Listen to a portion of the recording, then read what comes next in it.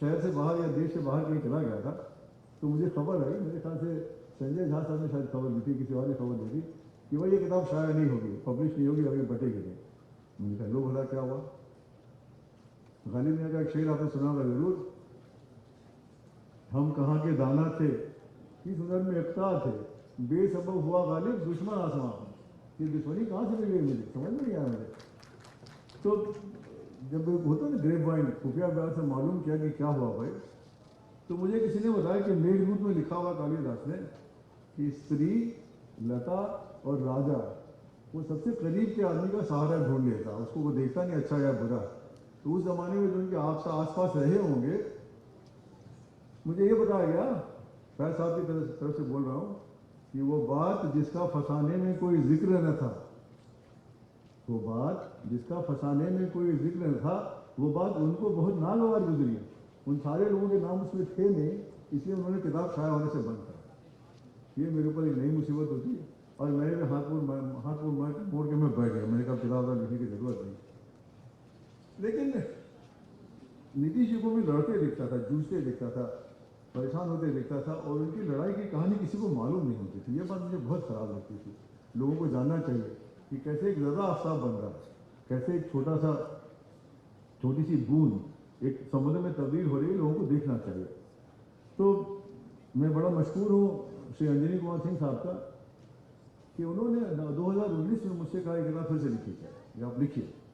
और उन्होंने मुझे बड़ी ताकत दी, लेकिन वो बैठे ना यहाँ जी, अच्छा हाँ, तो आपको याद होगा वो लम्हा जब आपने मुझे कहा कि किताब फिर से लिखिए आप, तब तक सारे लोग बिखर गए थे, मेरे पास पुरानी किताब का कोई हिस्सा बचा भी नहीं था।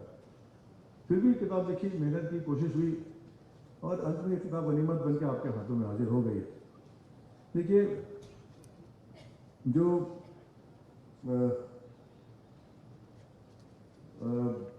एक तो प्रोक्रास्टिनेशन मेरी आदत है, कोई चीज़ टालते रहने में मुझे बड़ा आराम लगता है, बहुत लोगों की आदत होती होगी। मुनीर रियाजी साहब ने कहीं कहा था कि ज़रूरी बात कहनी हो, कोई वादा निभाना हो, उसे आवाज़ देनी हो, उसे वापस बुलाना हो, हमेशा देर कर देता हूँ। आदतन में देर करने वाला था, लेकिन फिर मैं मशहूर बड़ा अशोक जी का, मैंने हिम्मत दी और ताकत दी मुझे अश्विनी और अंजनी बाबू ने, मैंने किताब लिख दी। आप लोगों ने देखा होगा, पता नहीं लोहिया जी को किसने पढ़ा होगा, उन्होंने गांधीवादियों को 3 हिस्सों में बांटा था। एक तो कहा था सरकारी गांधीवादी, दूसरा कहा था मठाधीश गांधीवादी, और तीसरा कहा था कुजात गांधीवादी। लोहिया अपने आप को कुजात गांधीवादी कहते। तो मैंने देखा नीतीश कुमार भी करीब करीब कुजात लोहियावादी हैं। उस तरह के लोग बहुत कम दिखते हैं। अपने थोड़ा मुस्कुरा लीजिए प्लीज, मैं आपसे मुस्कुराहट उम्मीद कर रहा हूँ। शुक्रिया। सुहासिनी जी से उम्मीद करता हूँ थोड़ा, हाँ मेरी हौसला अफजाई करते रहेंगे। तो एक बात कह के मैं अपनी बात समाप्त करना चाहता हूँ। आज नीतीश जी की जो उम्र है मेरे ख्याल से 73-74 के आसपास है। आपको याद होगा सन 74 में जेपी की आयु ठीक वही थी। उस उम्र में उस आदमी ने देश को जगाया, गरमाया और तब्दीली कर दी। आज यही उम्मीद करता हूँ मैं नीतीश कुमार जी से, आज मेरी अपेक्षा यही है कि देश को, दुनिया को तब्दील करने का मौका है। वो आगे आ रहे हैं देश को जोड़ने के लिए। आप सब अगर साथ देंगे तो तयशुदा बात है कि ऐसा होगा। आखिरी बात, दुष्यंत कुमार ने कहा, मेरी जुबान से निकली तो फकत नज्म बनी, मेरी जुबान से निकली तो फकत नज्म बनी, तुम्हारे हाथ में पहुंची तो एक मशाल बनी। ये रोशनी देने का काम करना है।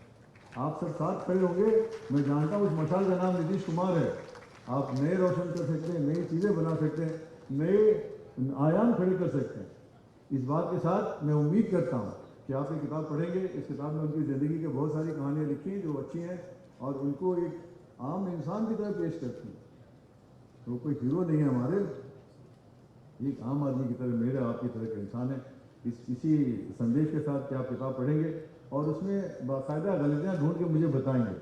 स्वाति जी ऐसा कर रही हैं, उन्होंने कहा कि इसमें विरूपतियाँ जो कमजोरियाँ मुझे बताएंगे। आप सबसे मुझे उम्मीद है और आप सबका मैं फिर से बहुत मशहूर हूँ, आपका बड़ा शुक्राना अदा करता हूँ कि आप तशरीफ़ लाए, मेरी हौसला अफजाई की, और ख़ासतौर से उन लोगों का जिन्होंने पहली किताब खरीदने की जहमत की है। आप जानते हैं कि अभी हमारे राज्य में सबसे ज़्यादा जो ऐसे लोग हैं जो शरीर से बहुत सक्षम नहीं है, जिनको हम दिव्यांगजन कहते हैं, उनके लिए देश में दुनिया में कहीं बड़ा काम नहीं हुआ।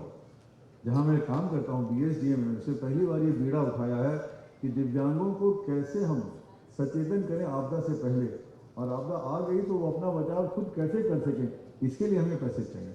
और इसमें आपने मदद की है, आपका बहुत बहुत शुक्रिया।